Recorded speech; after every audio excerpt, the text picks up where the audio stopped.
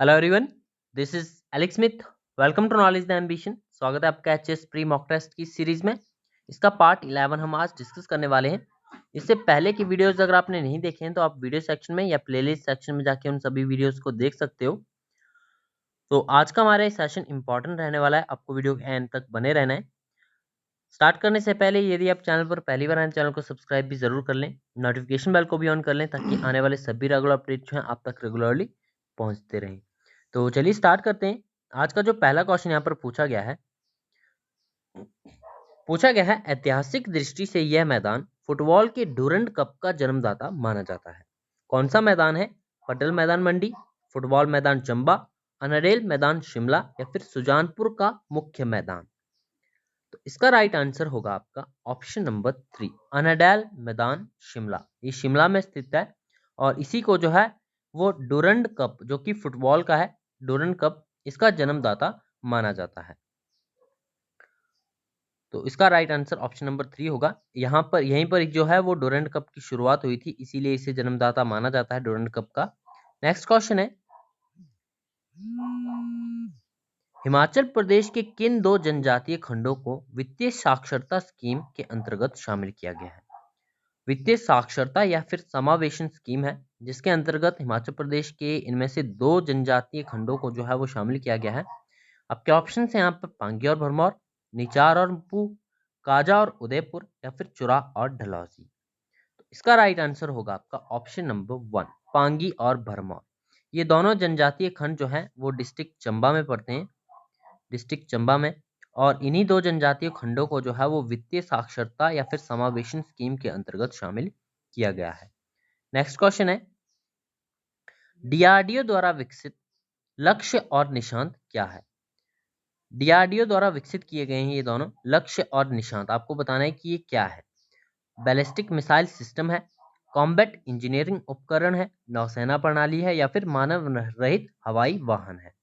तो लक्ष्य और निशांत आपको ध्यान में रखना है, ये डीआरडीओ के द्वारा विकसित किए गए हैं, डेवलप किए गए हैं। और ये क्या है? मानव रहित हवाई वाहन है। ऑप्शन नंबर 4 इसका राइट आंसर होगा।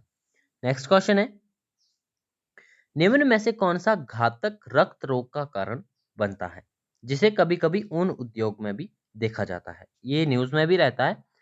आपको बताना है कि निम्न में से कौन सा घातक रक्त रोग का कारण बनता है? एंथ्रेक्स, क्लास्ट्रीडियम, एस्पेरगिलस या फिर साल्मोनेला। तो इसका राइट आंसर होगा आपका ऑप्शन नंबर 1, एंथ्रेक्स। एंथ्रेक्स जो है वो घातक रक्त रोग का कारण बनता है। नेक्स्ट क्वेश्चन है, फॉरेस्ट कार्बन पार्टनरशिप फैसिलिटी, ये आपकी फॉरेस्ट कार्बन पार्टनरशिप फैसिलिटी और फॉरेस्ट इन्वेस्टमेंट प्रोग्राम यानी FIP, तो ये दोनों प्रोग्राम्स हैं। आपको बताना है कि ये किसकी पहल है, किसके द्वारा शुरू किए गए हैं। फॉरेस्ट कार्बन पार्टनरशिप फैसिलिटी और फॉरेस्ट इन्वेस्टमेंट प्रोग्राम। संयुक्त राष्ट्र पर्यावरण, विश्व बैंक, संयुक्त राष्ट्र विकास कार्यक्रम या फिर खाद्य और कृषि संगठन। तो ये दोनों प्रोग्राम्स जो हैं ये किसकी पहल है? ये पहल है विश्व बैंक की। ऑप्शन नंबर 2 इसका राइट आंसर होगा। वर्ल्ड बैंक के द्वारा ही ये शुरुआत की गई है, स्टार्टअप किए गए हैं फॉरेस्ट कार्बन पार्टनरशिप फैसिलिटी और फॉरेस्ट इन्वेस्टमेंट प्रोग्राम के। नेक्स्ट क्वेश्चन है, गैलिथिया नेशनल पार्क और कैंपबेल बे नेशनल पार्क निम्नलिखित में से किसका हिस्सा है? नंदा देवी बायोस्फीयर रिजर्व का, Dibru Saikhowa, great Nicobar biosphere reserve या फिर पंचमढ़ी बायोस्फीयर रिजर्व। तो गैलिथिया नेशनल पार्क और कैंपबेल बे नेशनल पार्क ये किसके हिस्से हैं? ये हिस्से हैं आपके ग्रेट निकोबार बायोस्फीयर रिजर्व की। ऑप्शन नंबर 3 इसका राइट आंसर होगा। अब बायोस्फीयर रिजर्व्स की बात की जा रही है, तो आप मुझे बताइए कि भारत में जो है वो कुल कितने बायोस्फीयर रिजर्व्स है प्रेजेंट टाइम पे। और ये आपको ध्यान में रखना है, गैलिथिया नेशनल पार्क और कैंपबेल बे नेशनल पार्क जो है वो ग्रेट निकोबार बायोस्फीयर रिजर्व की पार्ट्स हैं।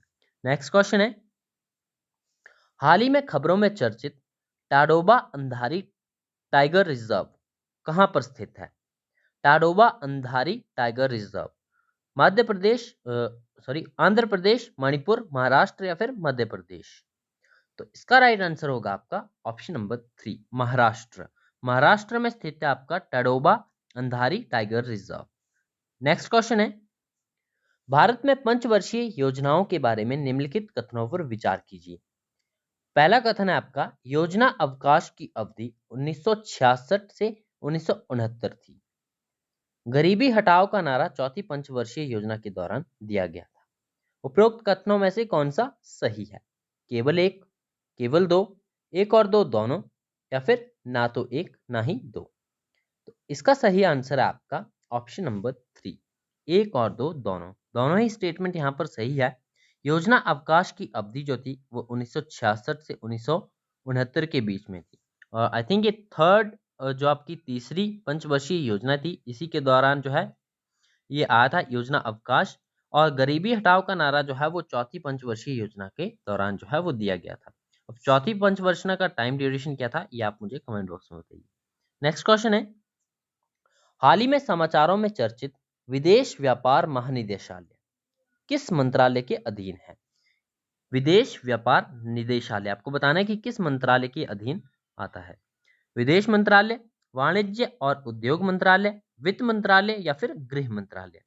अब यहाँ पर आपको कंफ्यूज नहीं होना है, क्योंकि विदेश व्यापार महानिदेशालय जो है वो विदेश मंत्रालय के अधीन नहीं है, ये अधीन है आपका वाणिज्य और उद्योग मंत्रालय के। ऑप्शन नंबर 2 इसका राइट आंसर है। नेक्स्ट क्वेश्चन है, अनुच्छेद 368 में निर्धारित संविधान के संशोधन की प्रक्रिया में इनमें से क्या शामिल है? यानी कौन सा स्टेटमेंट जो है वो सही आपको यहाँ पर बताना है। संविधान संशोधन की प्रक्रिया केवल लोकसभा में ही शुरू किया जा सकता है, संबंधित बिल को एक मंत्री द्वारा पेश किया जाना चाहिए, या फिर विधेयक को पेश करने के लिए राष्ट्रपति की पूर्व अनुमति जो है वो टाइपिंग मिस्टेक है।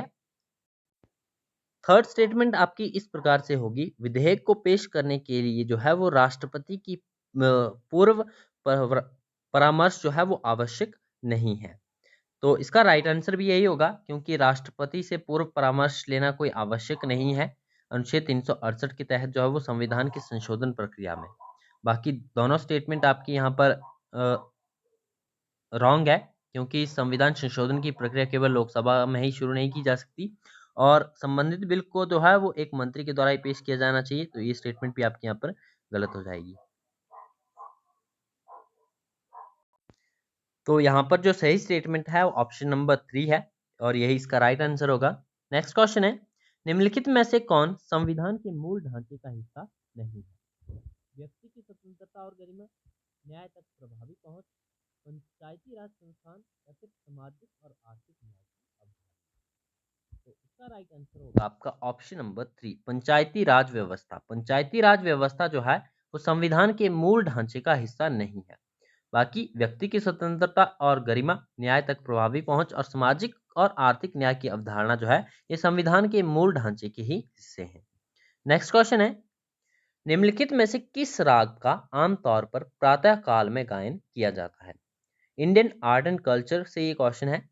आमतौर पर प्रातः काल में जो है जो गायन किया जाता है उसका नाम आपको बताना है। राग दरबारी, टोडी, राग भोपाली, या फिर भीम पालासी।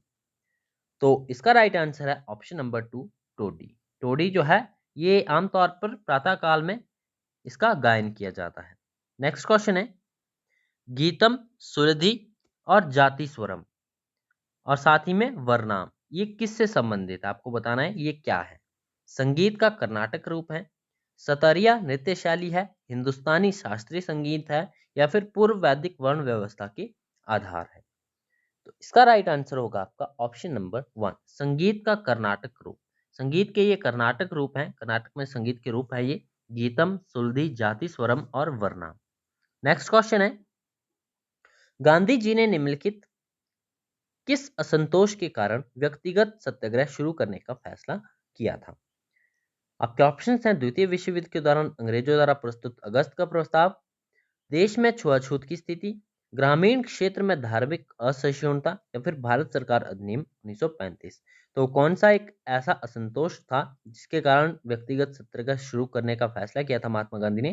तो इसका राइट आंसर है ऑप्शन नंबर 1, द्वितीय विश्व युद्ध के दौरान अंग्रेजों द्वारा प्रस्तुत अगस्त का प्रस्ताव।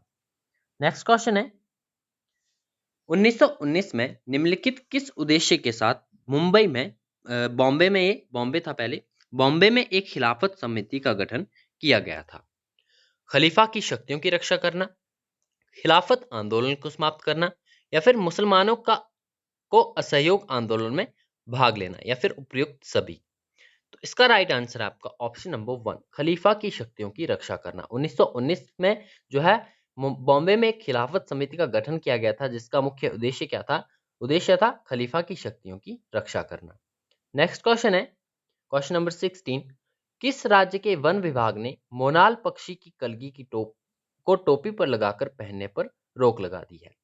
मध्य प्रदेश, हिमाचल प्रदेश, तमिलनाडु, या फिर राजस्थान। तो इसका राइट आंसर है ऑप्शन नंबर 2, हिमाचल प्रदेश। हिमाचल प्रदेश सरकार द्वारा जो है वो हिमाचल प्रदेश के वन विभाग ने मोनाल पक्षी की कलगी को टोपी पर लगाकर पहनने पर रोक लगा दी है। तो ऑप्शन नंबर 2 इसका राइट आंसर हो जाएगा।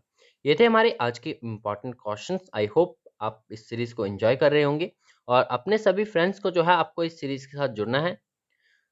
चैनल पर पहली बार आए चैनल को सब्सक्राइब भी जरूर कर लें। इस सीरीज अगर आपको पसंद आ रही है तो वीडियो को लाइक जरूर करना है और अपने सभी फ्रेंड्स का शेयर जरूर करना है। तो मिलते हैं नेक्स्ट वीडियो में। Thanks for watching and best of luck for your bright future.